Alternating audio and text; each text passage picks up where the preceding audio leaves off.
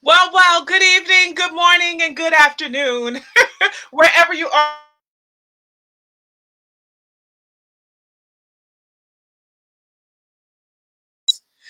We are back and we are live, and it is time for Real Talk, Real Solutions. My name is Dr. Anana Pfeiffer Darrell Home.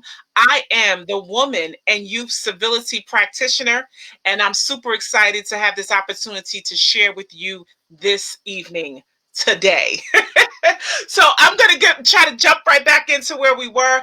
As you all know, this month is Breast Cancer Awareness Month here in North America, and I personally have people affected with breast cancer survivors. And it's certainly something that's near and dear to my heart. And tonight, I'm excited that I have a guest who is a survivor.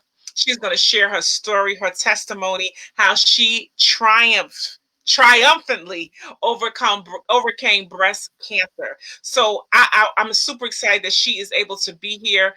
She is a mom on a mission. She is beautiful, humble. As I said, our paths, we have met certainly a few years ago now, but to watch her grow and develop as an amazing coach, mom, entrepreneur. I'm excited that she is here to share. So, as I said, it being Breast Cancer Awareness Month, some of the key things is really treatment, right? Screening, early detection. Early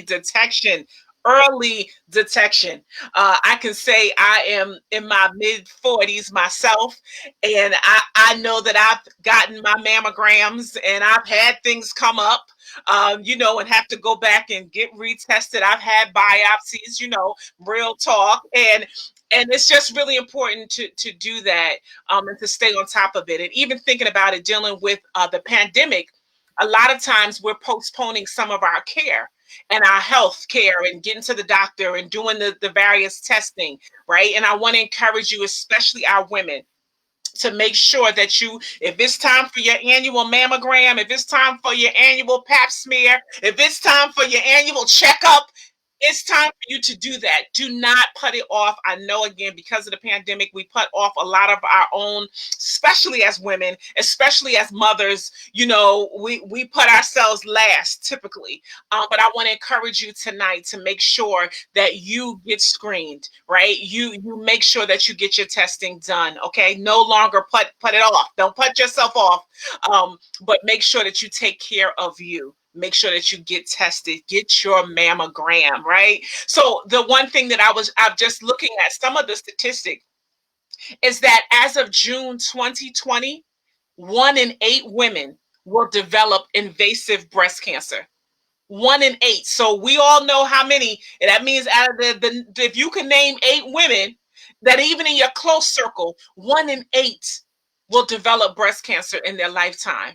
So there's no way that we should not be aware of it. We should be comfortable with the information, comfortable with the process, right, and comfortable with getting our boobs smushed. I'm not the expert, but I'm just saying that's what happens. But we should just, really make sure that we do these things, right? And I know with this one staggering number where that, and they're saying this year in 2020 that 42,170 women are expected to die in the U.S. in 2020 from breast cancer. 42,170 women. And this is from the American Cancer Foundation. Guys, this is serious. We need to talk about it. And I'm glad tonight that I have someone that can speak to it from personal experience, personal testimony, and really mostly breast cancer is the most common cancer diagnosed in the US. And one other statistic that I have to just share, because I have this here because I knew the numbers was high, but in women under 45, breast cancer is more common in Black women than white women. Overall, Black women are more likely to die of breast cancer. So, guys, I'm happy that we could talk about it tonight. I'm happy that I have a mom on a mission to share her story tonight as we recognize breast cancer with cancer awareness. So, without further ado, I want to just introduce to you our guest for tonight, Miss Tracie Randolph. She is the Reset Coach. She is a certified health coach, life coach, personal trainer, best-selling global author, speaker, and of course, survivor. And she is a mom on a mission. Now, her passion is for health, nutrition, fitness, and overall holistic wellness. And she really wants people to know about the struggles and the things that she's gone through in regards to breast cancer. She perceives having cancer as one of the most amazing events in her life, leading to her life's purpose to point others towards optimal health. As a health coach, her mission is to help women reset their mindset, to reset their bodies, and love the woman in the mirror. I love that. She motivates her clients to cultivate positive health choices. And being the mom of a smart, inquisitive, and loving son, this is one of her major life joys, and I certainly can relate to that, being a mother of sons. Because of him, Tracie approaches her clients with curiosity and care, and she approaches them with the reset my framework, if you will. So without further ado, please welcome my guest. Listen, Miss Tracie Randolph, come on now. Welcome to Real Talk, Real Solutions. How are you? Hey, I am good. How are you? I'm fantastic. I'm so happy that you could be here. Thank you. Our schedules together is always, yeah, but it's good. It's good. And this month is certainly key. So listen, you heard me just share a little bit about, just some small statistics with the audience. You go right in. Tell them a little bit about yourself. But of course, if you want to talk, tell us about your story and your battle with cancer. Sure. I want to preface the conversation first with starting off with what you were talking about in terms of giving the numbers and telling women to go and get their mammograms and get their screenings. I just wanted to add to that. Know your body, understand your body, be preventative, take care of yourself, eat well, exercise, do the things that are going to help build your immune system, that are going to help your body stay in an optimal state. Okay, so I just wanted to preface with that because you were talking about the numbers, and the numbers are astounding. They really are. So I want women to understand that they really need to focus on their bodies and know their bodies. But to get into my story, my journey, I was taking a shower one night and felt a sharp pain in my right breast. And, it gave me pause because I'm like, whoa, where did this come from? So I did what Anana was talking about, and I took the precautions, and I went to the doctor, and I had a mammogram done. And he said, well, I don't think there's going to be anything wrong, but let's have the mammogram. Let's see what's going on. So that came out irregular, and they said, okay, you need to go back for another mammogram. Did that again. And they said, we're finding something. You need to talk to your doctor. Talk to my doctor, and they sent me for a biopsy. I went to the hospital for the first biopsy, and I brought my mom along with me, I needed that support, and I was there, and I was still thinking though, nothing is wrong. This is just, protocol. They're taking the precautions. My doctor's making sure that everything is okay. And I'm in there, I get the first biopsy done, and they said, you have 2 different tumors in 2 different places. And the other one was hard to reach. So I had to go in for a second biopsy. They needed a different doctor. We need a specialist to come in to do this second biopsy. So I went in for the second biopsy. And by then, I'm feeling good. I'm like, nothing's going to be wrong. This second biopsy is just precaution. I'm going in. I went by myself. And as I'm there doing the second biopsy, the doctor says, you have breast cancer. The first biopsy came out positive. And I was like, wow, in shock. And then they're preparing me to lay on this table and get another biopsy done. And if you know anything about getting a biopsy for your breast, you have to lay on this, kind of hard metal table, and you put your breast inside this hole, and, they have to, and it sounds crazy, but this is just what it is. And they have to go underneath the table with the knife to get the incision, to get the biopsy. And I'm laying there, and you have to lay still. And I'm laying there, and the tears are just streaming down my face. And I'm thinking, how can this be? And I'm just laying there, and I'm crying, and I'm trying to lay still and trying to focus. But, there were so many things going through my mind at that time.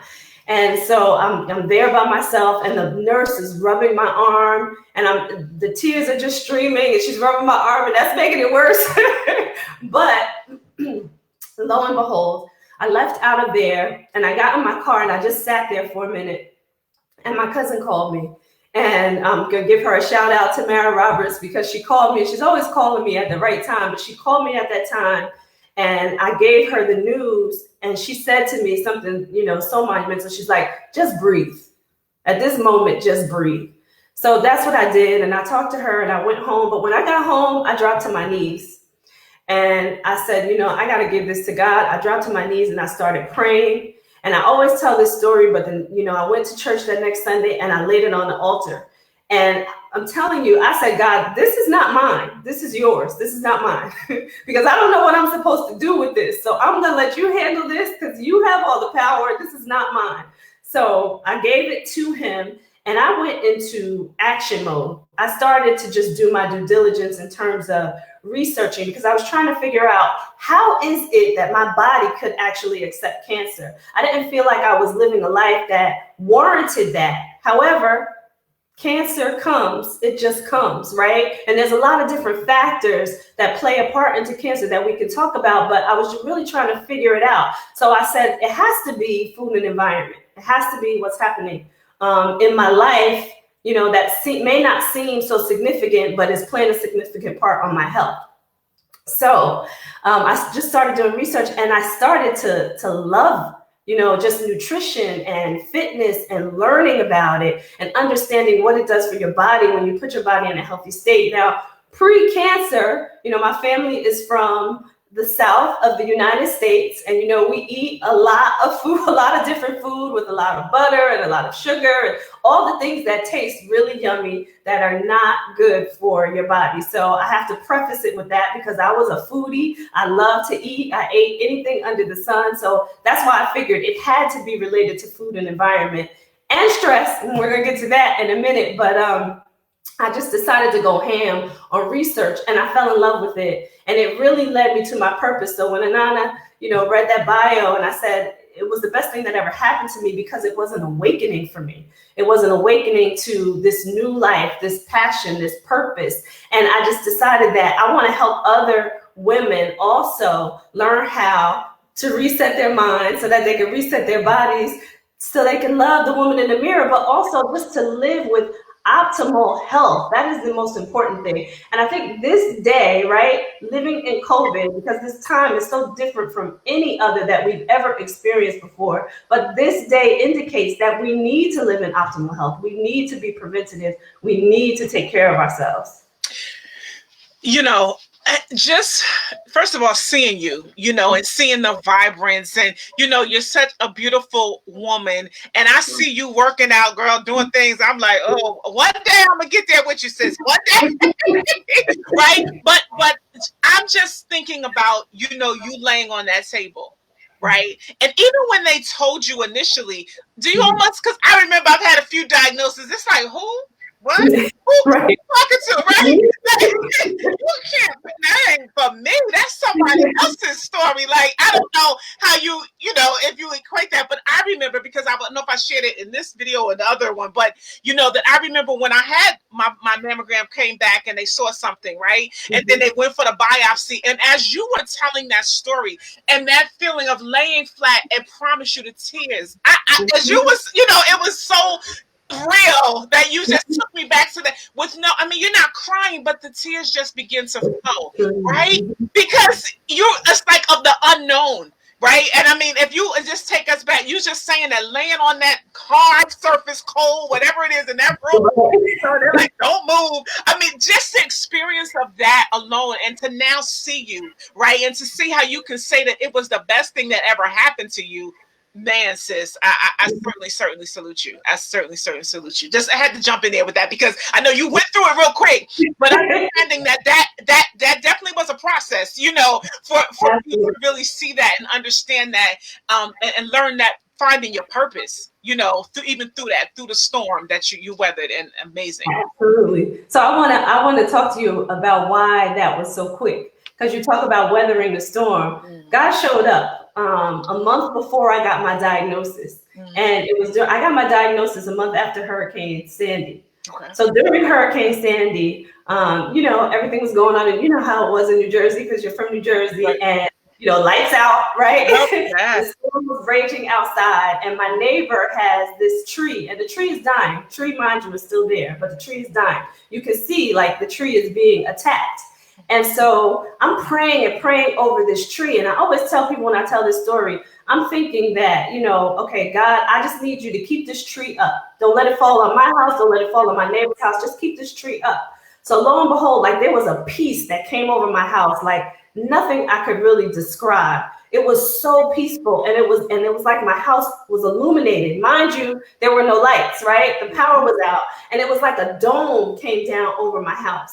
And it was so peaceful that after I prayed, I went to sleep. Me and my son were on the couch with a little portable DVD player, watching Disney movies, and I went to sleep. And when I woke up the next morning, a very small piece of my fence was down. That tree, mind you, is still standing. That tree was up, still standing, no other damage at all. Wow. And it was him saying, "I'm here." And I thought that was really about the tree. I didn't realize until later, of course, that him telling me I'm here was about the breast cancer. And he was showing up before he was really giving me Absolutely what my purpose was really all about. But he said, something else is coming, and I'm telling you that I'm here. So when I got the breast cancer, don't get me wrong, when they gave me the news, don't get me wrong, I was upset because I'm human, right? And I cried and I dropped to my knees and I did all of that. But when I thought about that experience later and when I laid it on the altar, I said, he already showed up. He already told me that I'm here for you. So there was nothing else for me to do but to move forward, to act in the way that I knew how. So I did my due diligence, but God was like, I'm here. So I knew like this was going to be okay. My good, I felt that thing, sis. Let me tell you something, right? I felt that thing because you know what? We really are prepared for the storm. You know what I mean? Like understand that what he put it already in us. It's like they build a house and these windows is weatherproof and stormproof, right? But you don't do it until that storm come, right? So you was already built for it. Understand that, and it's so beautiful to hear. That part of it. And some people, it's just amazing. So I certainly appreciate that. But I didn't want to. You can continue on, but I had to just jump in and bring this thing, bring it back, and really break this thing down. So in the optimal health and what that looks like and feels like, you take it away. Yeah. So really, it's about seeing it first. You have to visualize, who you want to be, even what you want to look like. And you need to describe that person to the T. Like I tell my clients, I need you to describe her. What is she wearing? What does she look like? What is she feeling? What are her movements? What are her gestures? Is she working? Is she an entrepreneur? How do you describe her? Because you need to see her first. And then once you see her, you need to speak her out loud. And then once you speak her out loud, you need to be able to take action. And it's really about, painting that picture first in your mind, writing it out, speaking it out, and then living it and doing it so that you can get to the person that you see. And understand that she really is, like you were saying just a few minutes ago, Anana, like how God prepared you. Well, for that woman, you are already her. You just need to get there. You need to take the action to get to where you really want to be, but you really are already her. So I tell them down to the shoes. What shoes are you wearing? What clothes are you wearing? Pencil skirt,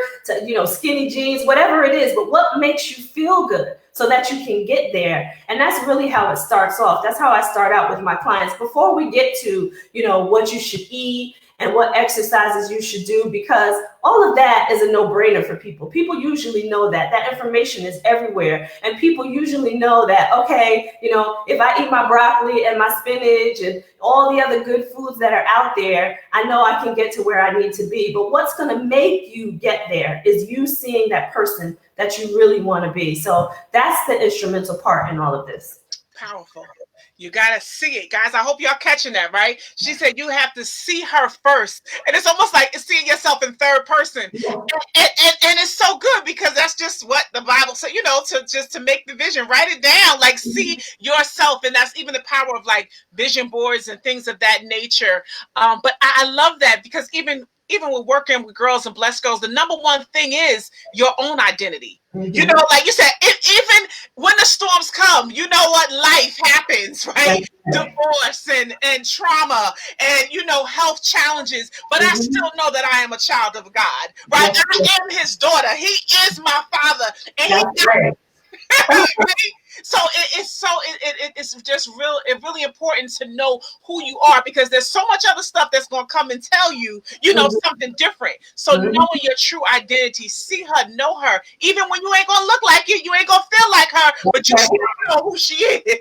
right. That's right. And no, believe that you can get there. You know, just believe in her because it will happen as long as you believe in her. Amen. Yeah. Amen. Amen. Great You know, stuff. This is good.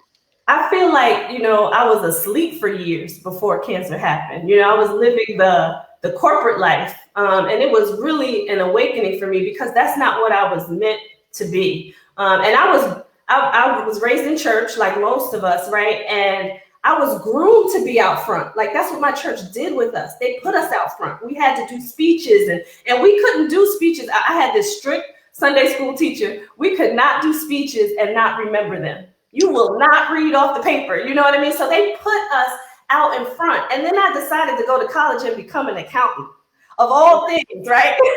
No shade on accountants. We need them.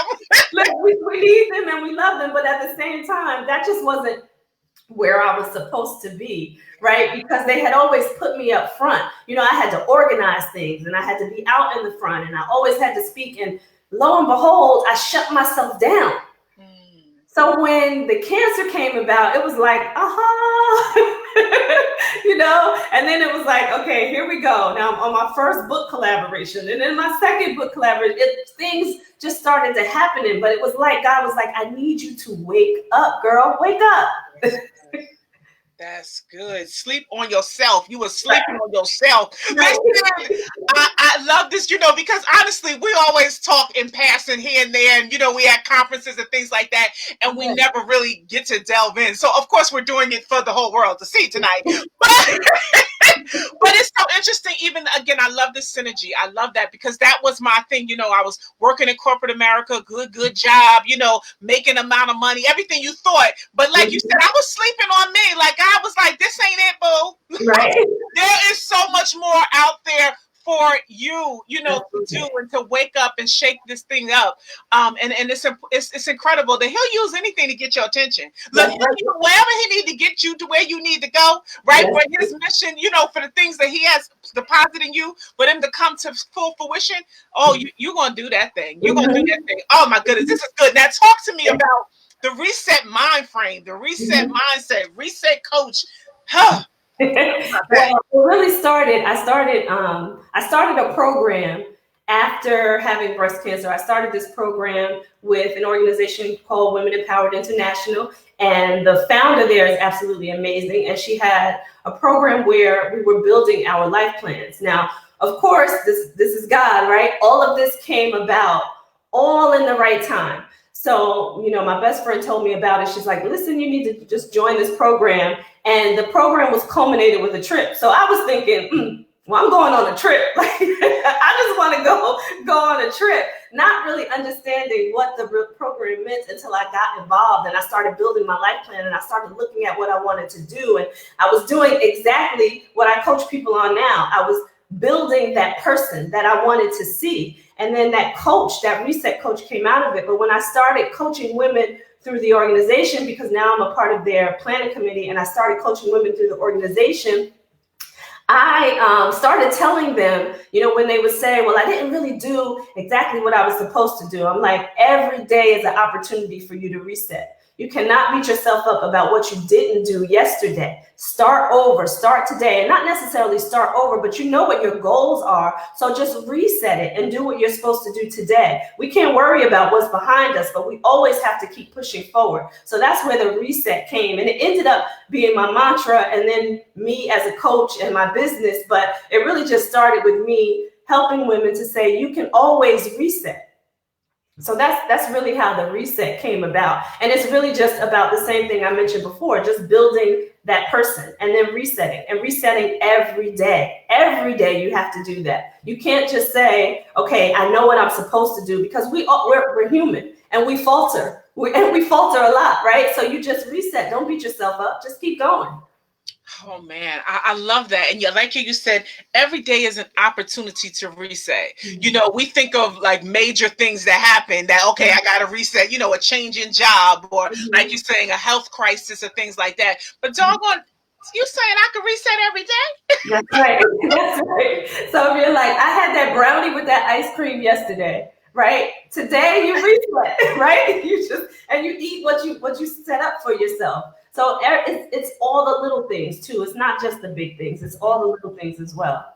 Incredible, incredible, incredible. That reset button, that you can do that in every aspect of it. And I think that's so liberating too, to know that, you know what? I mean, what I've been learning, even with various challenges and dealing with the pandemic, is that like he gives us just enough grace for every day. And I think that almost like ties into like, it's okay, like you did what you had to do, for that day, right? But his grace is sufficient just for today. You worried about tomorrow, next year, next month, right? If we didn't learn anything, That's right. That's our plans, it's okay. And it's a part of really, focus on what's at hand, and not worrying about the next thing is absolutely incredible. So for the optimal health and the fitness, and you be doing your thing, girl. I'll be watching, I'll be like, in my mind, y'all, I'll be like, yeah, I can do, okay, I'm coming though. I'm coming. Come on, come on. I'm coming.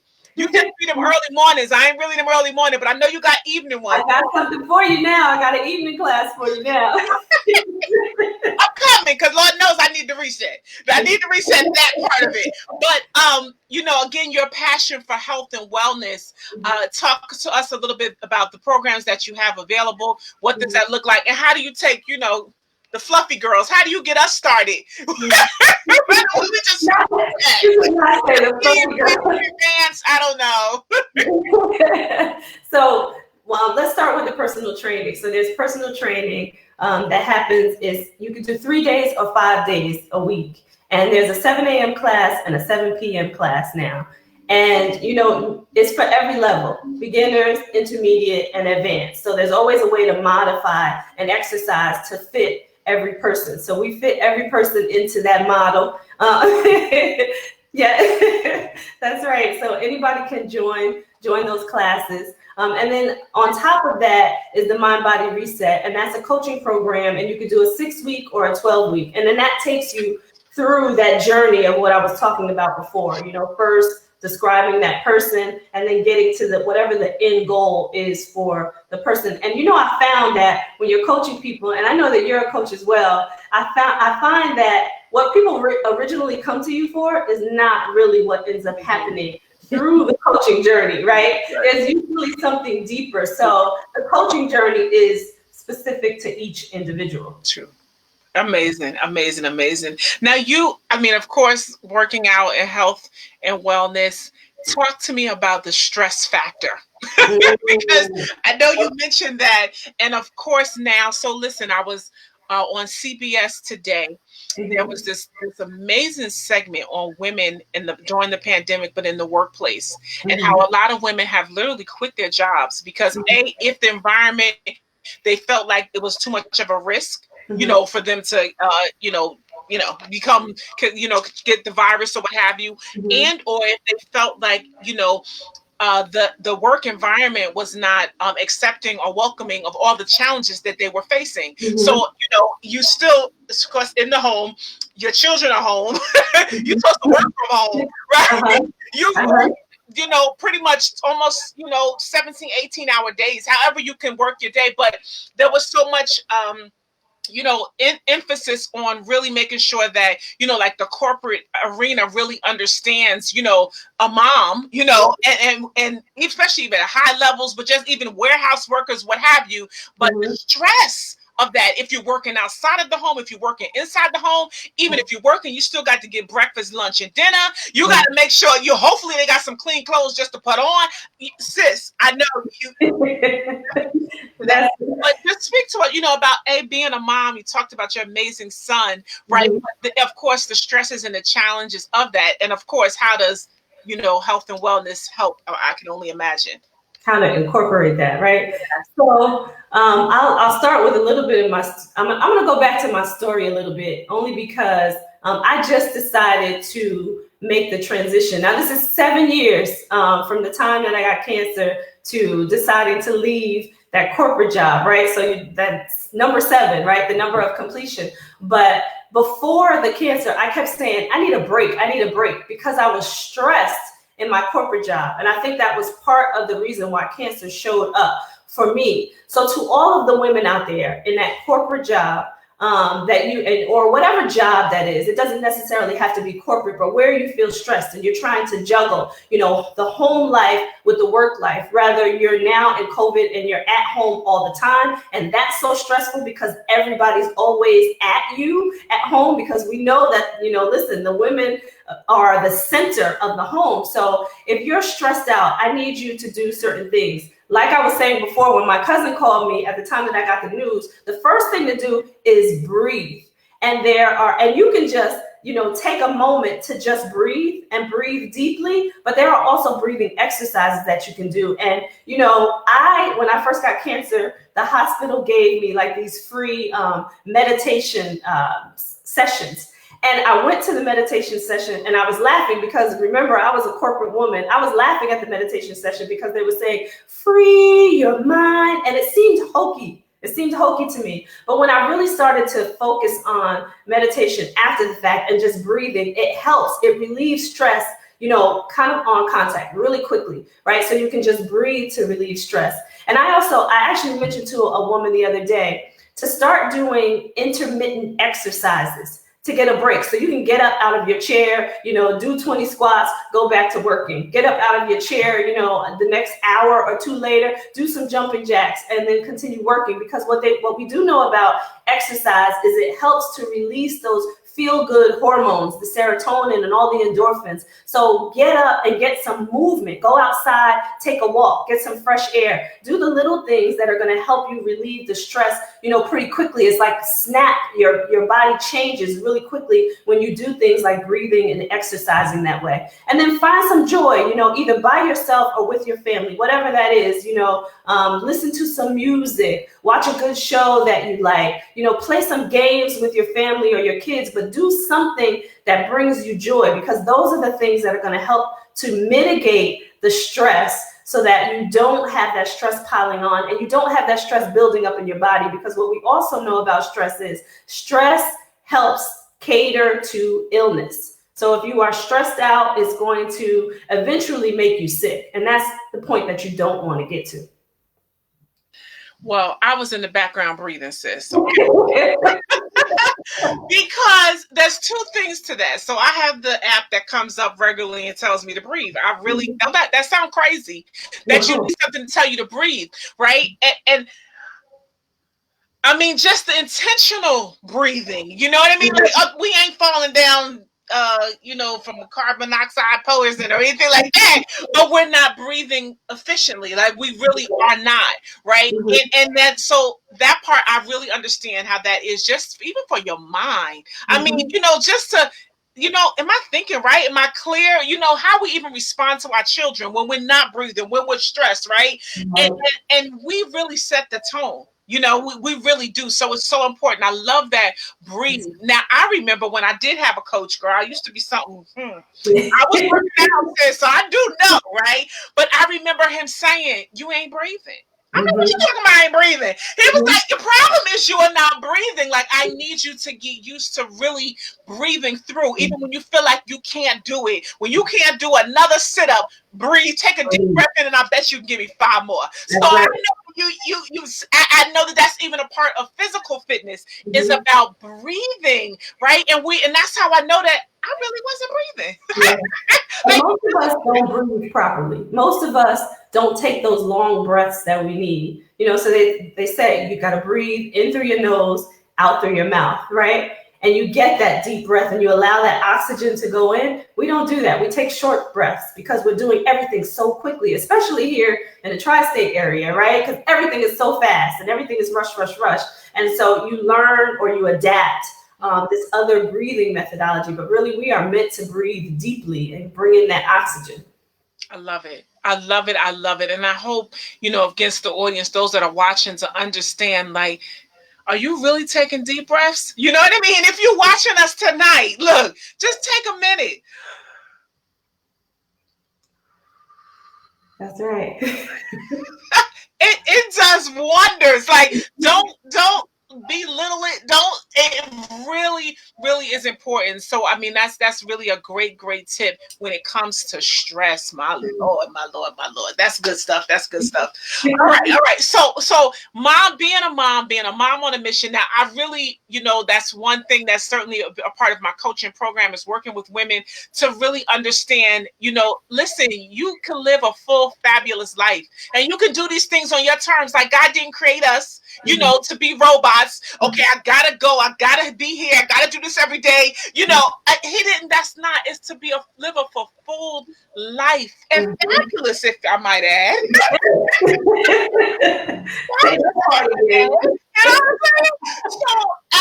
And that doesn't mean everything ain't lined up. If I show this camera around, you might see a dish in the sink, or but it's not about being perfect, but it's about being fulfilled, fulfilling your purpose, and also helping others do the same. So I'm just so really excited, and I applaud you, sis, for doing that. And I know you're talking about transitioning, even into full-time entrepreneurship and things that you're doing, and I know that process is a process. I know I've walked that. Look, I've walked down the aisle, ran in that lane, and I salute you for that. So if you want to share a little bit about where you are now, where you see yourself, your business, and encourage those that would like to do the same. Yeah, absolutely. So, listen, if you have a passion for something, go out there and do it. And, start small if you have to. I definitely grappled with it for a while, right? Because I was in corporate for so long. And I have to say, like, I thought I was doing it. I thought I was doing it. I was making good money. And I thought, hey, listen, I got this.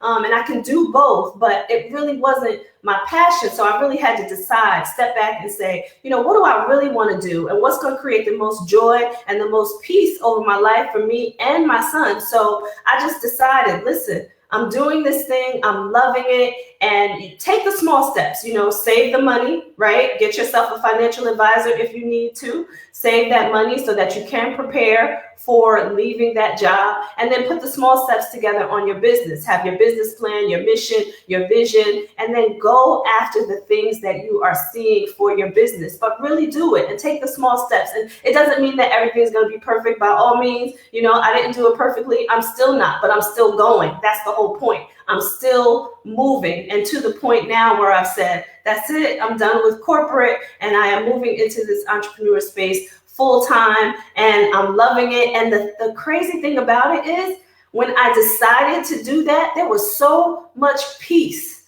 that came with that. And people were asking me, like the people close to me that know that I had made this decision were saying, how do you feel? Because I've been in corporate for so long. And I'm like, unbelievably peaceful and calm. So when you really know that the space that you're in or you're moving towards is where you're supposed to be, it's going to be all right, sis. It's going to be all right. So just move and do it. Oh, I get it. I echo the same sentiment. I understand. And when it's time. You know what I mean? And I promise you, for me personally, I think I wrestled with it for almost 2 years, maybe even 3. Like, I knew, but it was like, oh, no. And it's such a leap of faith, right? It really is that, what, and I really believe that it's like, what, we feel like we're one thing. Mm-hmm. You know what I mean? Like we're this, but what God has given us with so much more. He has deposited so many things in you, right? That you think that, okay, this is it. I got to work this job for 30, 40 years, get Mm-hmm. the watch, get the clock, whatever it is, get the pension or what have you. And I think that's probably more of our time frame because I think the younger generation now do not feel that Right. That's right. But you know what it is? It's because our generation is moving into that and they're seeing that. So they're going for it. When you think about our parents, it was you got to go to school and you got to get a good education and then you have to get a good job, right? So that was in our psyche. That was something that they drilled into us. way. So it affected us in that way and everybody went and got a corporate job. But now the kids are seeing that, ooh, my parents are doing this, so I can do this. And other people out there are moving towards entrepreneurship more and more. And with social media, right? Things are so prevalent, like people can see everything that's happening. So they're like, no, I don't want to work a corporate job now. Some of them don't even want to go to college, right? It's okay. Yeah. Yeah, absolutely It is. really is. It Absolutely. really If is you have a okay. plan, you have a plan and some direction and you're willing to move forward, you don't have to go to school. You get out there and do it. Because Yeah. look, we already know there are many examples of people who are super successful that never went to college. hmm And I promise you, let's not even think about college debt. I mean, you know, I mean, let's just be clear on that Right. one. Right. Especially for us in the United States, like you could buy a house after 4 years and forget about 6 years and Right. postgraduate. So it is certainly is something to encourage, and I always, try to stir up that entrepreneurial spirit, in our youth and even just in women in general. Like, what else you got? I Right. mean that. You know what else you got? Because it's there. You Right. buried it, you know what I mean? You suppressed it, but there are gifts, there are talents, and those things that people will pay you for. There Mm-hmm. is something there, say like use what's in your hand. I always encourage them. And what else is it? Like let's work and let's focus and develop those things that really bring you passion and joy. I love Really, that. I love when you say, just to find the little things that bring you joy. And I love that. I even got to the point where I need to be intentional about laughing. Mm-hmm. Like I mean, honestly, like a good old joke, maybe it's a meme on Instagram, and somebody sent Mm-hmm. me, and if I get it, I'm sending it because this guy, you just need to laugh for 5 minutes. Yeah, absolutely. you Absolutely. know, it's enough to make us cry. That's right. It's enough. We're seeing, we're feeling, so many things that's going on that Mhm. is so sad that can be oppressing. That we have to be intentional about finding joy, That's about right. finding happiness, and that's why I feel like even again, in your work environment, in your career, if it ain't really, you know what I'm saying? Like I know Mhm. it'll be perfect, but if it's Mhm. not really bringing you joy and the peace that you need and that you deserve, then you definitely need to look for a change. You That's absolutely right. need for a change. So it's That's good. right. And I want to say to women out there, because you said find what's in your hand. Women, we juggle so much already. Even if you're working, right? You have a family, you have kids, you're already juggling. You're already doing so many things. So it's okay if you want to add something else to it because you know how to do that. You know how to juggle. You know how You to you do can handle multiple it, things, sis. right? You built for this. I That's tell right. you, That's you built right. for this. That's right. You are built for this. It's awesome, awesome. So, just a little bit about parenting, Mhm. for you being a parent of this amazing teenage boy, if you Yeah. will. Um, Yeah. Tell us about that, about your son, and just Yeah. a little bit about being that mom that he Yeah, just. so Wow. my son is amazing. I'm blessed. I'm so blessed to have an amazing little son. But I have open dialogue with my son. I don't like to, and listen, don't get me wrong. I'm explaining to him things that should be communicated to a 13-year-old, right? But the dialogue is open, so there's so much peace in my house because of that open dialogue. Because me and my son have conversations, be it about because he's 13 now, right? Politics, right? Because he's paying attention, or whatever else is happening in the family, at home, with COVID. We talk, and that is the biggest part of parenting, having conversations with your kids. And I'm not saying you tell your kids everything under the sun, right? Because children don't need to know everything. But at the same time, you need to be open and communicate, because the last thing that you want them to do is learn everything from the world instead of at home. So you have to have open dialogue. So me and my son, we have that. I'm a single parent too. So, it's him and I. And I always talk to him about creating peace in our home and keeping the Holy Spirit in our home. So those are the two things that are most important for us. And he understands that. And he knows how to pray. We pray together, right? We play games together. We go out bike riding together because I want to create just that relationship so that he knows that, mom's got my back. Mom's my girl. She got my back. And we communicate and just let him know that he is a loved individual. So, I think that that's key when you are raising kids. And then I also communicate to him about just being in business, right? And like, for instance, tonight, okay, I'm going to get on this live. That's what you need to know. He's doing his thing right now downstairs. And when I finish, then we come together. But, just communicating that so that he's not surprised and that he's not interrupting. And but he understands that I love him. I have something to do right now, and then we'll come back together. So I think that open dialogue is really good for parents and their kids. I love it because it's really teamwork, especially entrepreneurship. Because those lines of I need you, at this time. I need you to load the car up. I need you to put the screen up. Who got the Wi-Fi? Honestly, it makes the dream work, right? So I get it. It's a beautiful thing that they understand the process, and I'm the same way. They know 6:00. I just texted them before. I was like, look, y'all know show starts. Everybody make sure everybody good. Let everybody good. That's right.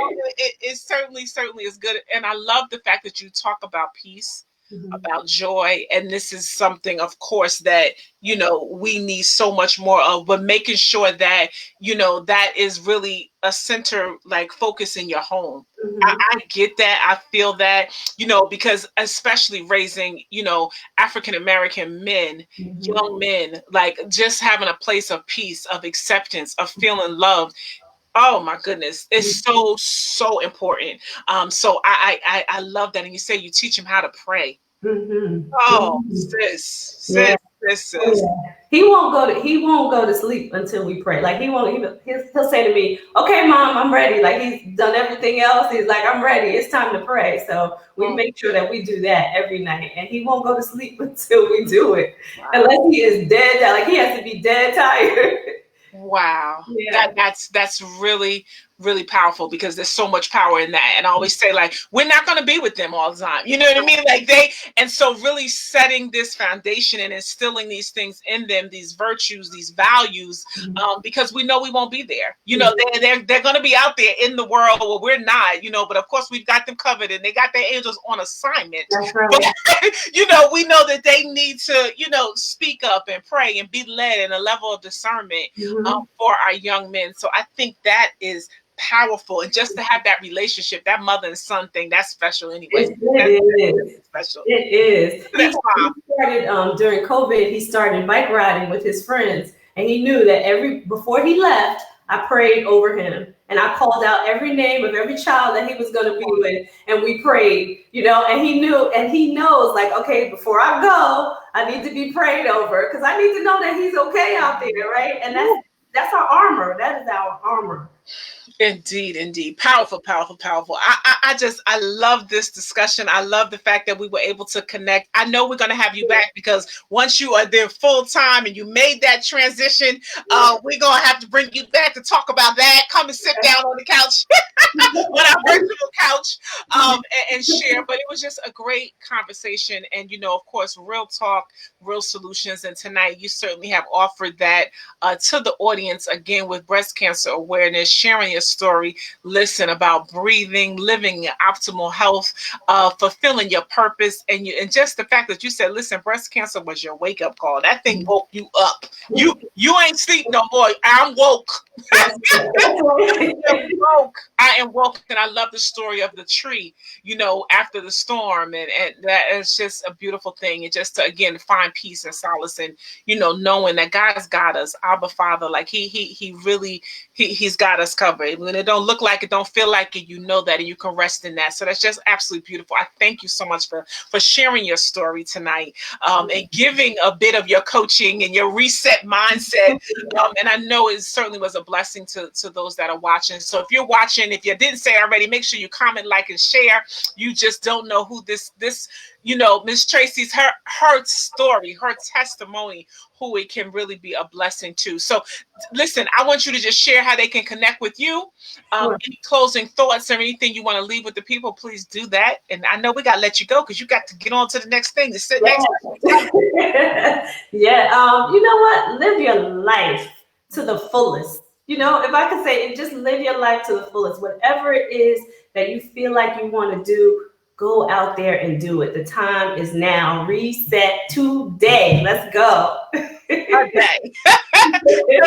Today, today. So you're the Reset Coaches on Instagram. The Reset Coach is on Instagram. The Reset Coach is on Facebook. The Reset Coach is on, I'm Tracie Randolph, the Reset Coach on LinkedIn. I'm also Tracie Randolph on Facebook as well as the Reset Coach. And then I'm also on another platform called Web Talk, and I am Tracie Randolph, the Reset Coach there as well. And we didn't even get into, what you got coming up next. See, I told Yes. y'all guys, this is what happens. But we have to let go. But even on all her various pages, she does a lot of workouts and offers resources and trainings right there, things that you could do. I see you run up and down the stairs doing all kinds of stuff. Get up and I get my rings finished in my own mind. I did do my squats. So you are truly such an inspiration. And sis, I just want to say thank you. I pray tonight that you are even blessed, more inspired. You have the energy to go on and just take the roof off or whatever you was thinking about doing. Just go ahead and take it up 10 more levels, okay? Because I'm rooting for your rise, sis. So I thank you. I appreciate you and continue to be bold, to be you, and to be blessed, girl. So we thank you tonight for being with us, okay? Amen. Thank you for having me. Indeed, indeed, indeed. All right, guys. So listen, that was it. This was our episode of this is our mid-October episode of Real Talk, Real Solutions. We focus on moms on a mission tonight, and I hope that you really gained some of those tips and you got some things out of the reset mindset. That yes, you can reset each and every day. All right, you still got time. If you want to do them squats, if you want to try to eat healthy, there's still that opportunity for you to do it and to do it now. So I'm so thankful for Miss Tracie Randolph for being here with me this evening, and I pray that you know that listen, it's the time is now. You can live a fabulous, fulfilled life. Yes, we are moms on a mission. We are mothers. We are women doing it and doing it big, even in 2020, in spite of. And again, I thank everyone who supported the conference last week. Now, listen, this weekend, we have our domestic violence awareness campaign with Blessed Girls, and we are knitting together. We are hooked up and knitting in love. We're doing that this Sunday through a Zoom platform where if you want to learn how to knit and crochet, we have instructors, we have experienced folks, because I'm not one of them, but I will be presenting and sharing about domestic violence as long with our partner, the Wives International, Ms. Bonnie Allen Nadella. She will be joining me and we'll be working together. Miss Yukima Daniels. So we'll be working together. I have some awesome expert crocheters and knitters. Cecile Clark. I'm naming out some of my Blessed Girl supporters. But join us Sunday night, 6 to 8. We will be knitting and crocheting scarves for women and children that are in domestic violence shelters. So come on and join us through Zoom. The flyers should be there. Anything else that I could do, be a blessing, go to our website, learn more, nanapfeiffer.com and blessgirls.com as well. So thank you. Continue. You know what it is. Be bold, be you, and be blessed. Thanks again for watching. Have a great night.